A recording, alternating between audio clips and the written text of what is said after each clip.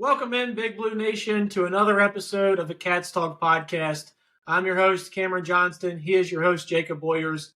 Jacob, unfortunately, just a ton of bad news over the weekend for the Kentucky Wildcats. Not only do they lose to the Auburn Tigers, which I think we both kind of saw coming, even though, we tried to get the reverse jinxes going like we have been. Didn't work in our favor. Cats lose 94 to 78. And Jaxson Robinson out for the year. Just such a wild game. ABC had a fire that you couldn't watch the last 13 minutes of the game. Just all the things that happened over the weekend. Give me some of your big takeaways from it. Yeah, obviously, just a brutal weekend for UK basketball across the board. I know we'll get into the Jaxson news and what it means, but just in regards to the game, my big takeaway is, Kentucky made a lot of mistakes and didn't play great, and Auburn is easily the best team in the nation, I think, like kind of we thought. And when you're playing the number one team in the country, whether it's at home or not, you can't really make a lot of mistakes to let them hang around. And when you're blowing easy layups, making bad turnovers, unable to even get shots off, and they bank in 2 threes, you can see where you get down 16 and be down for 15 most of the game. Yeah, so many things went wrong in this game for the Cats, and really were kind of highlighted by the first 6 possessions in the second half. Yep. Cats start off with 6 straight turnovers to begin second half and really just put themselves out of the game from there. Because I had texted you at halftime saying, man, this should be like a 5-point game, and they were down 15 at half. A lot of that has to do with something we've continued to, portray on this podcast, is that can Lamont Butler make anything inside of 3 feet? He literally missed 5 wide-open layups in this game. One of them he got fouled on. I kind of want to give him a 6th open miss layup because he barely got touched on that one. Got called for a flagrant foul when, kind of slapped the guy in the face on a layup that wasn't even called on the floor. So many booth reviews, all this. So many things happened. This game's so weird. Just talk about Lamont here and what you thought you saw from here in this game. Yeah, don't get me started on the booth reviews because you know my opinions on the refs and the replays. Yeah, obviously, not a good game. 7 of 8 from the free throw line. That's a number that does stand out to me as is probably the one positive. The bigger number outside of, I think, the blown layups, because I don't get it. Him and Owe even at times, like, just not being consistent finishers around the rim, I think really can kind of kill this team. But 1 assist to 5 turnovers. Like I talked about against Oklahoma, how much Lamont meant, just because his ability to get to the lane, and then he's able to make good passes from there and find guys behind the arc for open shots. But part of it was Auburn just saying, hey, you can get whatever you want at the rim. We'll let the Cats get to the rim. They can do whatever they want there. We're not giving up threes. And I think it was just a really good game plan by Bruce Pearl as well. Yeah, and you're being a little too generous giving him the 1 assist. He didn't have any assist in this game. So 5 turnovers to no assist for Lamont. And I'm telling you, just between the two of them, him and Ortega, we left 20 points on the board from missed layups in this game from the two of them. Just, he never really got a flow of the game going. I thought, he turned the ball over and then picked the guy's pocket on the very next one, made the layup. I thought that was really going to be what kind of changed the trajectory for the Cats in this game to get them back into it. Just never really happened. You mentioned the 7 of 8 from the free throw line. That's good and all, but when you're missing 5, 6 easy layups, doesn't necessarily matter when you're going 7 of 8. Lamont, he means a lot to this team, but without Jaxson Robinson, if he's not going to be able to finish at the rim, I'm just not sure how this offense is going to be able to consistently score, the 85 to 90 points they need to win games, especially because we know defensively the best we're going to be able to do, especially against a tournament level team, is keeping them in the low 80s. We got to get above that 85 mark. We were just chatting about it. They've done it once in the past 9 games where they've gotten over 84 points. Offense is really struggling lately. Ortega had a lot to do with it in this game. What are you thinking about the offense? Yeah, I don't get it. This game, I feel like especially, was a pretty big, red flag and disappointment. I don't understand why. I understand Auburn, like I just said, Bruce Pearl's game plan was give Kentucky whatever they wanted at the rim, but part of that is you got to be more assertive and say we're going to do what we want to do. We're not going to play, the way the other team demands we play. And all we heard all offseason was Mark Pope talk about how this team's going to take 30 to 35 threes a game. And we took 17 in this one. Outside of Kobe Bryant, nobody even made one. Ortega didn't attempt one. Very few coming from guys off the bench. The offense, I want these guys to shoot a lot more. Like, even Andrew Carr, I feel like shoots only if he's wide open. Brea is still extremely hesitant at times from behind the arc. Like, we're not a good enough team and athletic enough to just say we're going to play one-on-one and, get to the rim. And especially without Jaxson being there to create a shot, like, these guys, if they get a sliver of room, they're going to have to take the threes, and we're going to have to shoot 25 to 30, I think. Yeah, and I think that's kind of highlighted in between the end of the first half and the beginning of the second half. We went 11 minutes without a field goal in this game. Yeah, that's in between halves. I mean, offense was just so stagnant, and obviously, the Oklahoma game, it turned out how we wanted to. But without Ortega, we were struggling to score there at the end of that game as well. Yeah. Just right now, this offense, it has no flow, and you got to have guys that are willing to shoot and get shots. Because right now, I don't know if you've noticed as well, the amount of possessions we're getting per game is really starting to dwindle down as well. Because we're not playing fast, we're not shooting early in the shot clock. Shot clock's getting dwindled down a lot lately. I know we're starting to run through Amari a little bit more than we had previously, and it's working at some time. But with the way our defense is allowing 3-point shots, I mean, Auburn went 12 of 26 in this game. Trading twos for threes when we're not good defensively is just not a good recipe for success.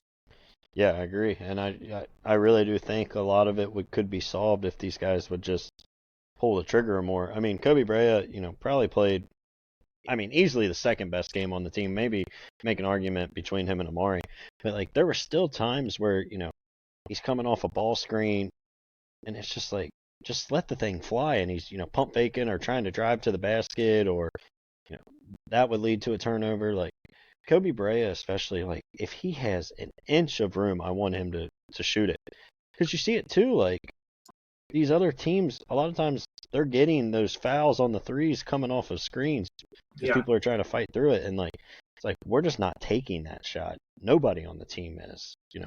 Between Ortega, Carr, and Lamont, like those three guys feel like they have to be wide open. Nobody within 5 feet of them for them to even think about taking it.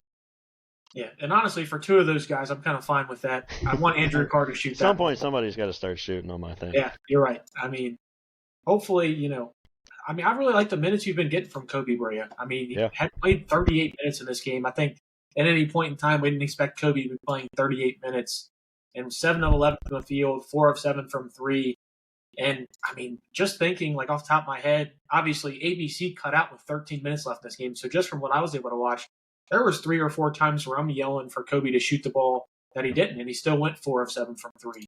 Yeah, so I think especially with Jaxson not being there, there's just extra shots that have to go around.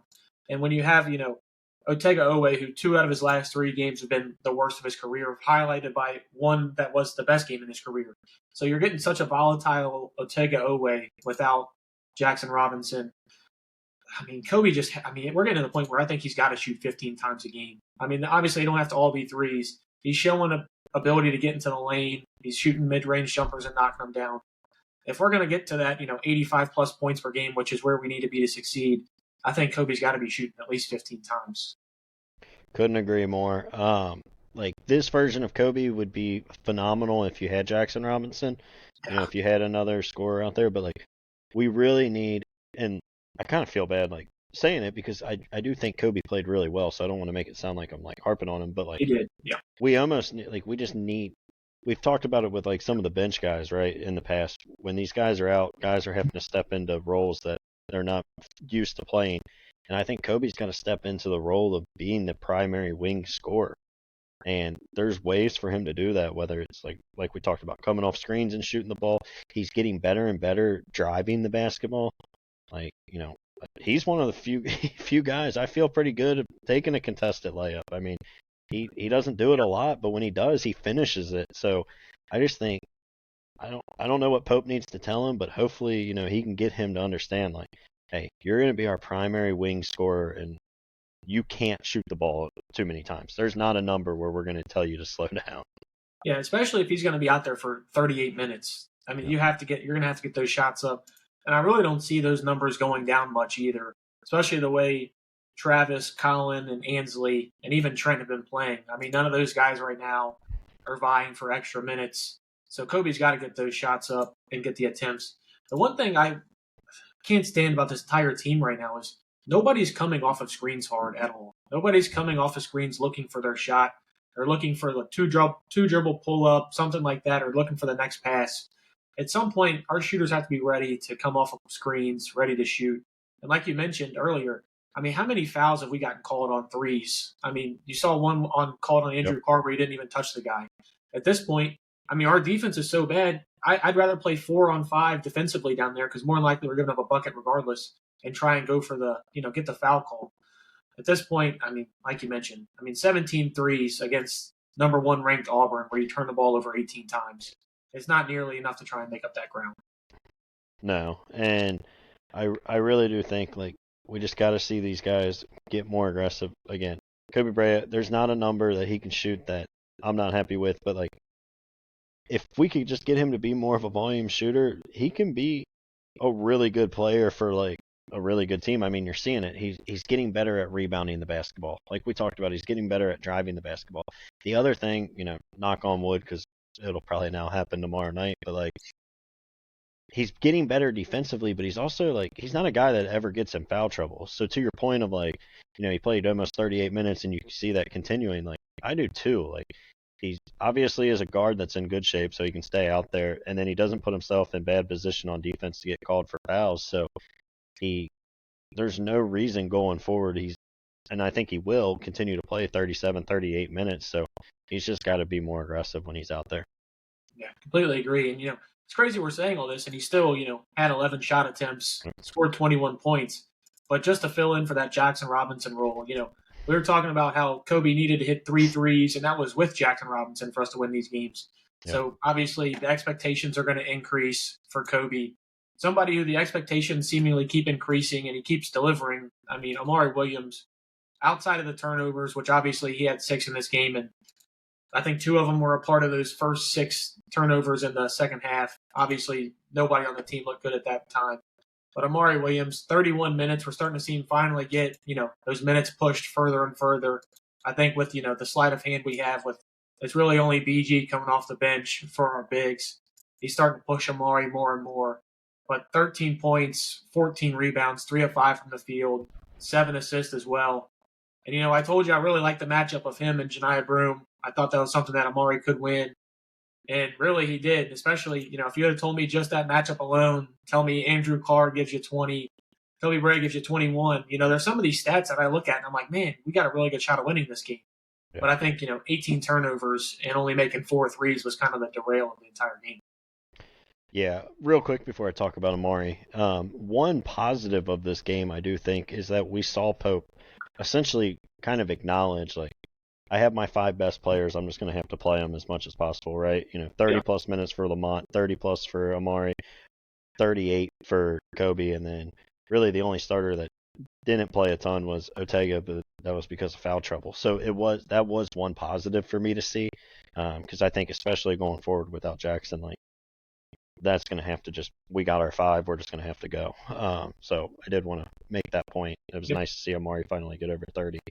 But yeah, to your point, Amari, just another really nice game. I mean, we had 12 assists as a team, and he had 7 of them. To your point, I know he made 6 turnovers, but I also felt like he completely dominated the matchup against Broome, especially when he was in the primary defender, and 13 and 14, and without him, you're getting ran by 25 in this game, but especially in the first half, he was able to kind of keep you within striking distance. Yeah, how many times does it feel like in the past, 6 games we're saying we're just he's not on the court, it's a 25-plus point loss. And really the only game that wasn't the case with the Oklahoma one. It's probably his worst game he's had in quite a while, and we were able to win that one. So it's so hard for me to be able to sit here and tell you we need this, this, and this to happen. Because it seems like whenever we say that, the exact opposite happens and they win. So, I mean, let's just talk. We're going to have to talk about Ortega away.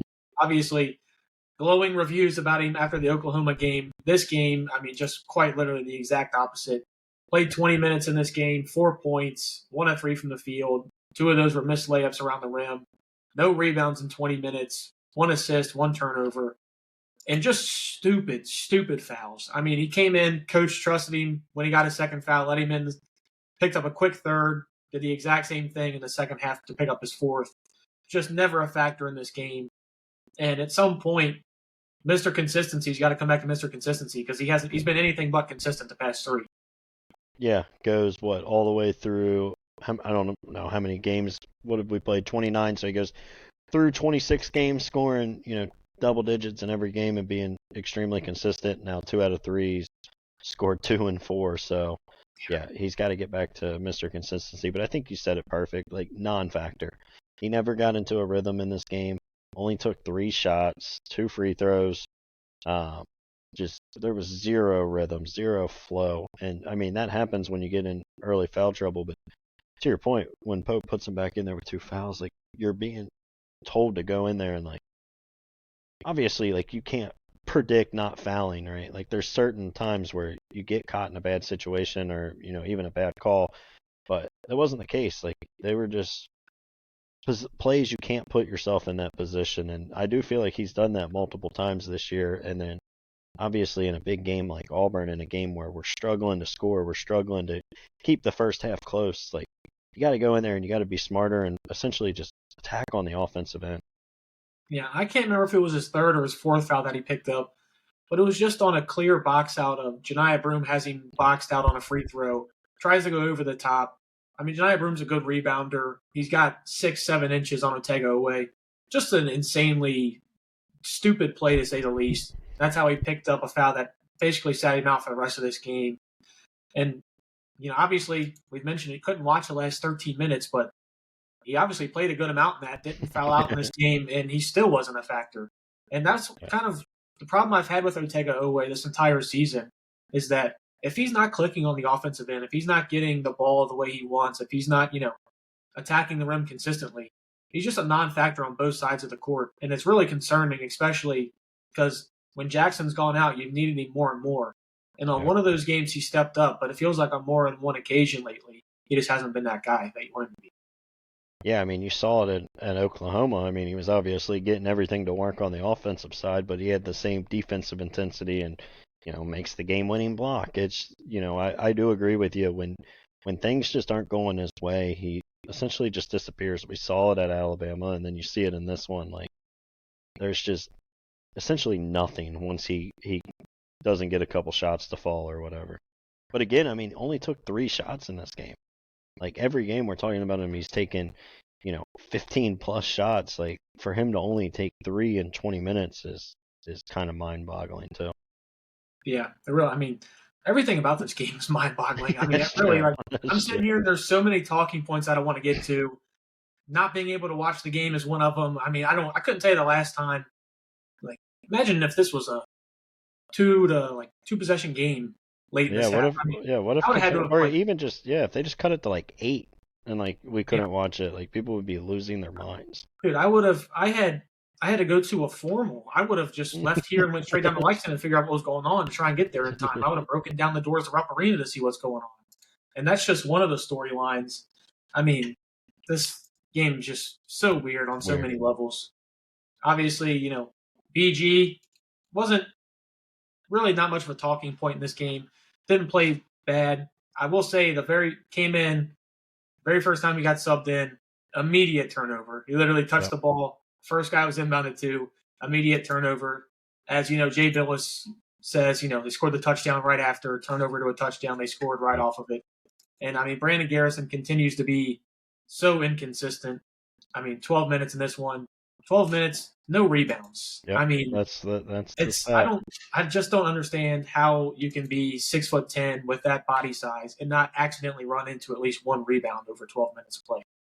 Well, we've talked about it game after game. Like every rebound he does get, I say it, like it just falls into his lap. And this game he went out there and played 12 minutes, and not a single one fell into his lap. So he walked away with a goose egg. Like that's unacceptable from a 6'10" big man.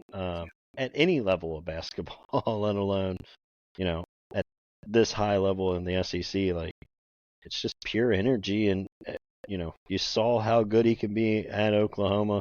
But we said it at the time, like, it's one good game and then about 6 bad games. So, I mean, I guess if we make a deep enough run in March, we can see another great BG game. But yeah, just another very poor performance out of Garrison. Yeah, and I almost completely skipped over Andrew Carr. Didn't even mean to skip over him. Andrew Carr had a really good game in this one as well. Yeah. 28 minutes on 7 of 11 from the floor. And like you mentioned, passed up a good amount of 3 opportunities. I mean, obviously he was 0 for 2 in this game, but that 3 has been looking better and better. 20 points overall, only 2 rebounds in 28 minutes. Would like to see that go up a lot. But, I mean, we're talking about 2 of your big men that play significant minutes at 2 total rebounds, and yet you still out-rebounded Auburn by 15. Yeah. It's crazy to think of. Obviously, 14 of those rebounds were Amari Williams, so he had a big thing to do with it. But, I mean, you're seeing it's really just an effort thing. Like, you're seeing consistent effort from Kobe Brea to go get rebounds. You're seeing Trent Noah give you consistent effort to get rebounds. Right now, I hate to call guys out for effort because it's hard to tell on screen sometimes. But it really feels like there's just some guys that are all effort the entire time they're out there, and there's other guys that are just out there for little spells at a time. Yeah, I agree completely. I think we've, said at times who those guys that don't give you the effort are. But yeah, in regards to Andrew Carr, another really good game. It feels like he's obviously getting more and more comfortable with the back. Just on paper, like, Auburn's obviously a really tough matchup for somebody like Carr because they're so athletic and, they can play Broom and Cardwell at the same time. So, like, on paper, this would have been a game I would have thought he struggled in, and he goes 7 for 11 from the floor and scores 20 points. So I was obviously thrilled with what you got from Andrew Carr, and, the healthier he gets, the better I like this team. But, to the point earlier, like, just need him to be a little more aggressive at times from behind the arc. Yeah, we do need a little bit more of a defensive presence for him to allow. I mean, obviously, we're really just praying right now for any answers that we can get. I mean, really, I think even Janiah Broom, the only time he scored was on Andrew Carr or Brandon Garrison when they got the switch off. I mean, not to beat a dead horse, but Amari's just been so great as of late. I mean, even just defensively in this game against Broom. And speaking of which, I just want to say it. Let Janiah Broom shoot whatever 3 he wants to. If we got to face Auburn in the SEC tournament, for the love of God, I mean, if we just have to play 5 guys in the paint and you're just going to just let him shoot 3s all you want. Amari might be shooting better from 3 than he is. Only 3 of 9 from the field and 3 of 7 from the free throw line. So kind of agree. Amari, for the most part, kind of had his way with Broom. Yeah, and that's the player of the year? All right, yeah. Next topic. Travis Perry, 7 minutes in this game. No points, a rebound. I mean, again, we're going to say it about a lot of these guys, really just kind of a non-factor in this one as well. I mean, I'm getting to the point now where if Travis gives you anywhere from like 8 to 12 minutes and he's not a huge liability defensively, I'll take it. But, I mean, even in this game, Chad Baker-Mazara, Miles Kelly, Tahad Pettiford all went for 20-plus in this game, and a good amount of those were on Travis Perry as well, even in only the 8 minutes. He's got to be able to give you something on the offensive side of the ball. He's got to be able to at least be a 3-point threat, because right now, between him and Trent Noah and Ainsley Almanor, they're not even providing that threat right now. I mean, guys aren't worried about – they're being able to sag off, clog the lanes for Lamont Butler, and try and suck down on Andrew Carr and Amari. I need him to be a 3-point threat. I think that's the only way that this team's going to be able to get any better, because right now he has to play. Yeah. No. Yeah, I think every guy on the bench, we're going to say essentially the exact same thing. When your bench combines for a whopping 5 points, I think every single one of them, we're just going to kind of say they were essentially a non-factor. Yeah. But yeah, I agree. Like, Travis, Ainsley, Noah, like, you guys are out there to be shooters. Like, you're going to have to shoot, and you're going to have to make some shots. Like, and to your point, you got to at least be a threat. And especially with, like, Lamont and Ortega out there, let those guys drive to the lane. But, like, you got to be able to be a threat to where those shooters can't leave. Catch and shoot. That's what I'm asking for, man. Yeah. So, yeah, I don't have a lot of thoughts on, those 3 guys other than they didn't really give you anything, I guess. But yeah, I mean, got to be able to shoot it a little better and, take the open ones and make them. Yeah. And you know who I'd love to see a lot more if he could get the ball past the timeline without getting picked? If we could just, I don't know what's up with the handles with Colin, but I Yeah, love what he brings you just from an athletic standpoint and defensively. I mean, obviously, defensively, he struggled a little bit in this game. Pettiford's a little bit shorter and quicker than he is. So he did struggle a little bit, but even at that point, he was still our best option for most of those guys. He's got to be able, when he's going to be able to run the one or even the two, he's got to be able to handle the ball somewhat consistently. And right now, he's just not giving you that at all. yeah. I thought he played all right. I mean, he was obviously the best of any of the guys off the bench, and you saw that with his almost 15 minutes. I don't love Colin Chandler at the one. If you promise me he's going to play more of the two, and you're going to have him out there maybe even with Lamont to handle the ball, I don't hate it as much. But yeah, I mean, I watched this game from my phone at the NKU game, and at one point NKU was kind of going on a run, and I was paying attention to that, and I looked down, and I think Kentucky had cut it to 8 or 9, and then I just instantly see Colin Chandler get his pocket pick from before crossing half court that led to a run out dunk, and it's just like just killer turnovers at bad times and like stuff you just can't have happen. At this level, you got to have guys that can get the ball across half court in a one-on-one matchup, let alone. Yeah, and that's all I'm saying. If you could put money on like any sort of prop bet, it would either be Colin getting picked before he gets to half court, Lamont missing an open layup, and Ortega lately getting into foul trouble. It's just what it seems like all the most likely bets. Yeah, we got a lot of those. I mean, even with how good he's playing, you're still going to get Amari to throw the ball to the third row at some point in the game. So, I mean, there's Amari's just got one that goes 17 rows into the stands, and you're like, where the hell were you throwing that ball? There's going to be a moment where BG decides it's BG time, and he's going to go one-on-one and, do something horrendous. So, yeah, we got a lot of those props. So if DraftKings would put those up, I would smack them. Yeah, you know what I really want to do especially for Brandon Garrison? I want it to be like the old Boogie Cousins, where it's like to call me. I want to leak out his phone number to opposing fan bases the night before a game. Yeah. That way, it gets him a little riled and plays with some energy and passion.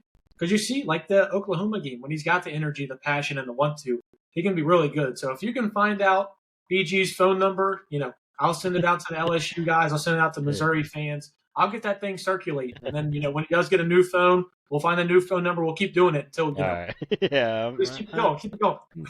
I'm not going to say I'm going to put his phone number out there, but no. No, I think what we should do, to your point about the props, is next time we watch a game together, we're just going to have to play, like, shot bingo, and it's just going to be like, oh, there's Amari's ball to the third row, drink. Oh, there's Colin Chandler getting his pocket pick, drink. Lamont missed layup, drink. Man, be hammered. Very much would be. And the crazy thing is about all of these stats is like I'm looking at all of these and it's like 4 of 17 from the 3, and you had 18 turnovers.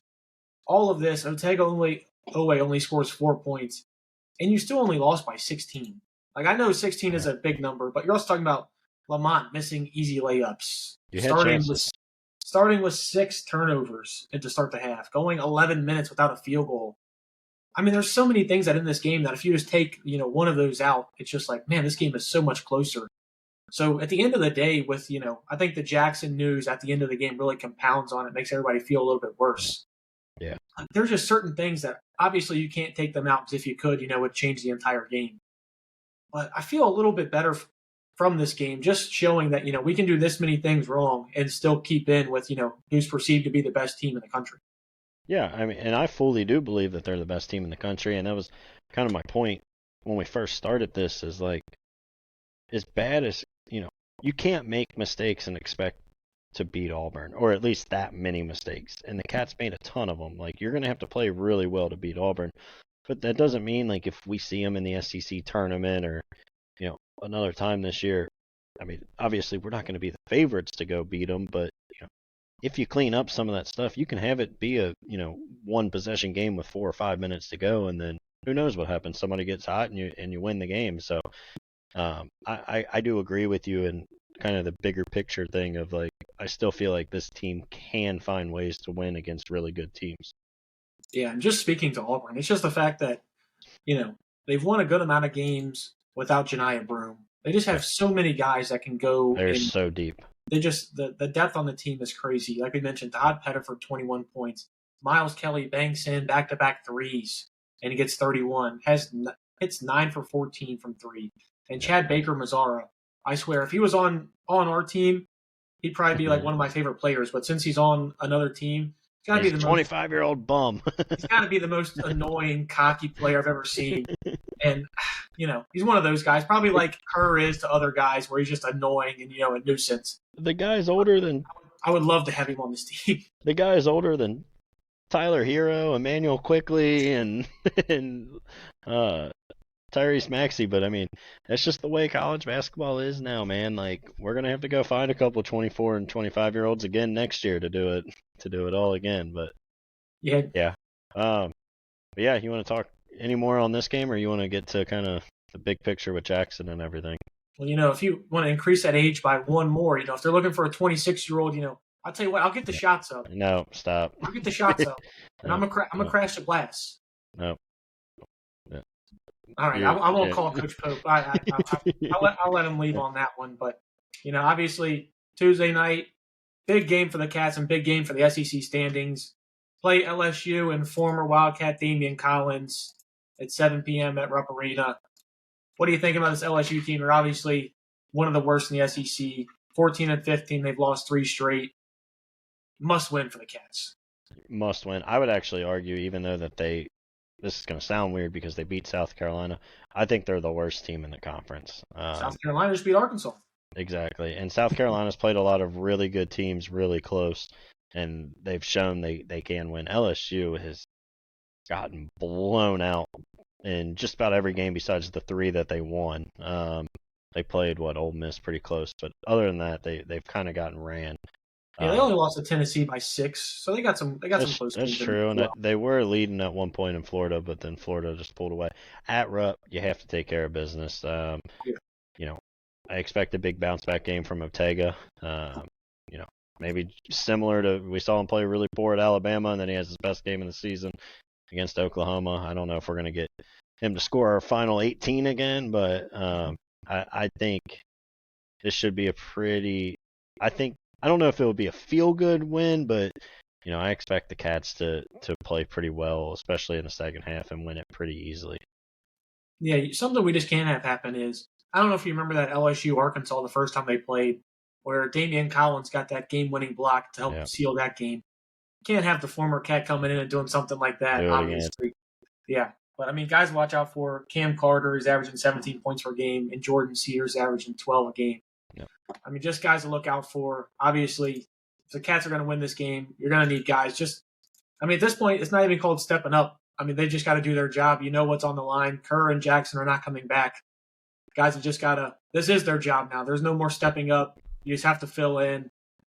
I think they're going to win this game. I really do. If they do lose, I think we have a whole other topic of conversation for the rest of the season going forward. I think Kobe Brea is going to continue that big run that he's been, kind of consistently having as of late. I think he's really going to, understand, he is this offense at the moment. Because right now, with how inconsistent Ortega's been, Kobe's really, him and Amari have probably been the 2 most consistent offensively. Yeah, I agree. And, like the point I brought up earlier, like I do think it's positive to see Pope played the starter so much outside of Ortega, who was in foul trouble. So it'll be nice to just see Pope really kind of shorten this rotation. He's going to have to.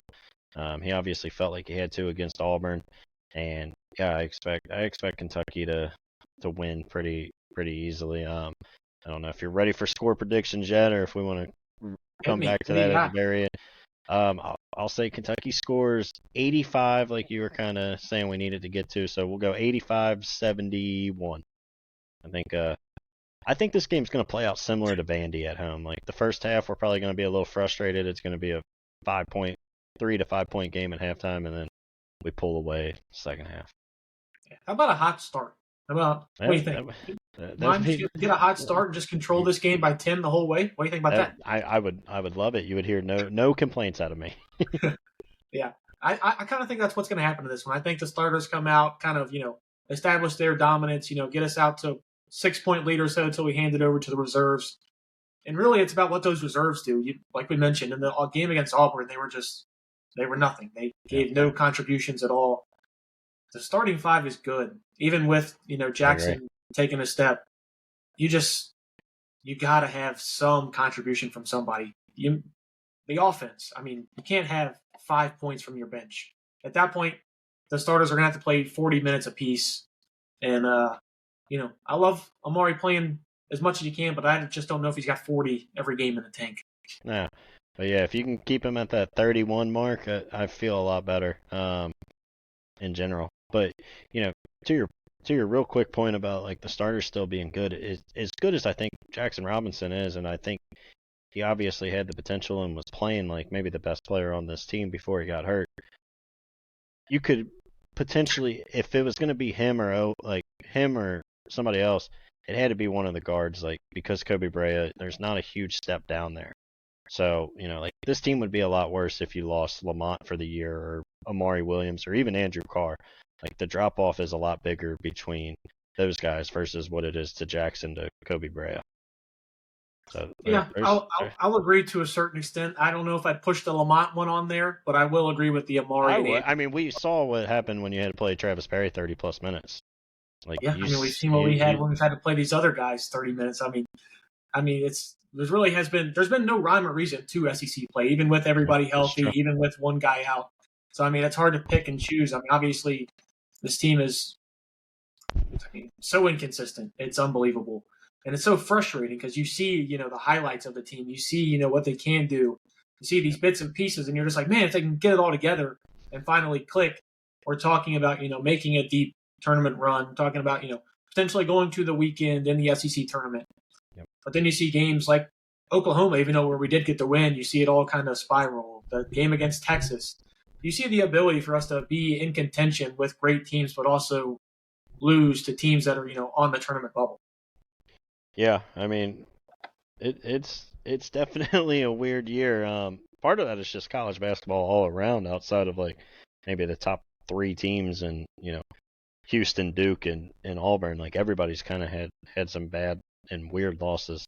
But without Jaxson, what are your kind of expectations versus before the news versus now, and like where you think this team can kind of finish in March? I mean, really, it pushes everybody a ring up, and that's the biggest thing that I told you. I would be fine with having Jaxson out there just as the offensive threat. The defense plays a different brand of basketball when Jackson's out there.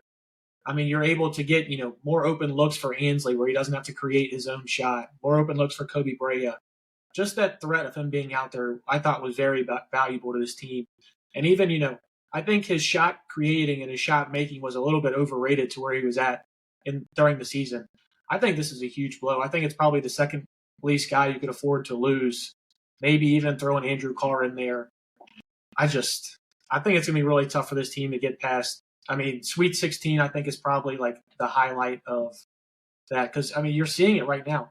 We can't get hot from 3. Like, even if we do, we're only shooting 20 of them and going 11 of 20. While it's nice percentage-wise, it's really not going to change the impact of a game that much. I mean, I don't want to sound like the bearer of bad news, but I think, obviously I'm not satisfied with it, but I think for the team outlook and how the team's playing right now, I think a Sweet 16 is probably the best thing that could happen.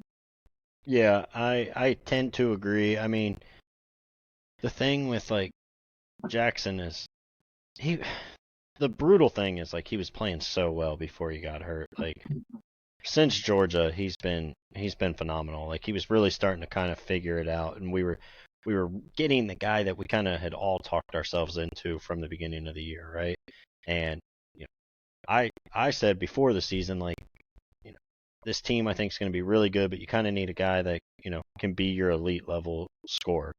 And for pretty much all the non-conference, you didn't really have that. It was just collective group effort wins, and then you started to really see Jaxson take on that role. I agree with you. It's obviously a huge blow.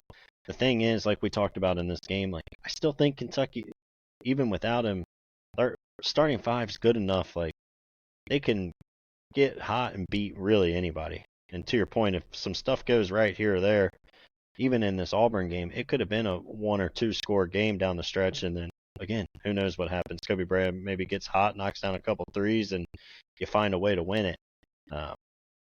I'm not obviously they're not going to be the favorite against a lot of teams, but I also think you're a lot more susceptible to losing to worse teams without Jaxson. Like we've already seen this team lose to some bad teams, but like without Jaxson, I think that range becomes even wider. So this can be a team that I think can make a Sweet 16, possibly even an Elite 8.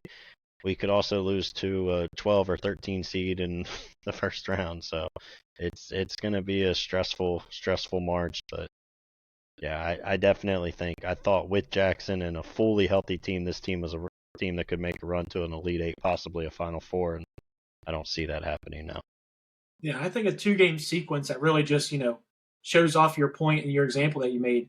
The Tennessee game followed right by the Texas game. You saw the ability to them to knock off a top 5 team in Tennessee, and then the ability to lose right after. So, like you said, I think the floor is just really what's most hindered by this.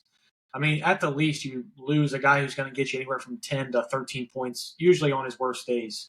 And the part that really kills me is that none of these guys played their best basketball together. And that's the part that I feel like really kind of stinks, is that as soon as you started getting Amari Williams and Jaxson Robinson were playing really well together, you didn't have Lamont and Ortega started struggling. When Ortega was playing really well earlier in the season, Jaxson really wasn't a factor. Amari wasn't as much of a factor. Obviously, we're playing a lot of games of what ifs. I would just love to see this team fully healthy. Obviously, we're not going to get it, but fully healthy, playing to their best potential in March. I think we've seen it one time, and it was maybe the game of the year against Florida. Like, I feel like that was really the one time where they were kind of all clicking, to your point. The other part of it, like, kind of the underrated part of this is, like, the selection committee is, mentioned in years past, like, if they know someone's hurt but is coming back, they'll essentially not weigh those losses as much. But if they know someone's not coming back, then they judge it as, what are you without them? So even if we had the threat of Jaxson coming back, even dropping a few games, like, you could still be a 3 or a 4 seed. Now they know Jackson's not coming back, and let's say you lose to Missouri or something, like, and you fall to a 5 or 6 seed. Obviously, you're playing. If you're a 6 seed, you're playing one of those at-large last 4 in teams, and that's a team like Arkansas that we've seen them lose to at home, like Texas, possibly Oklahoma, who you had to go to the wire with. So, like, that's the other part of it, is like your first round game might be significantly harder just because the committee knows that Jackson's not coming back. Yeah, well, thanks for that bummer. I hadn't really thought about that all day. And all right, fine. We're still winning number 9 this year. This team will figure it out. Brandon Garrison will prove us all wrong, and he'll be a first-round pick by the time the season's over.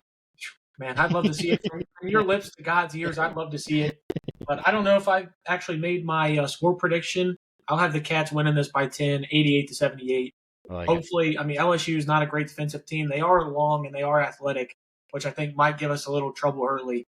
But I'm really hoping, just the pace of play that we have. I want to keep this team pushing the ball down the floor. So that's how we get Ortega, open drives to the basket. That's maybe Lamont can finish in the open court. I'm not sure. Maybe not. Probably not. Being honest. But before this game, I felt like it's gotten better. I mean, I know he hasn't played a ton, but that's probably why you feel like it's gotten better, is because he hasn't played a ton. But I mean, just the pace of play is really my big thing to watch for in this LSU game. I think if they get up and down the court, I think they'll be able to win this game pretty easily. I got them winning by 10 points. I got Kobe Bryant being the MVP. I think he goes for more than 20 again in this one.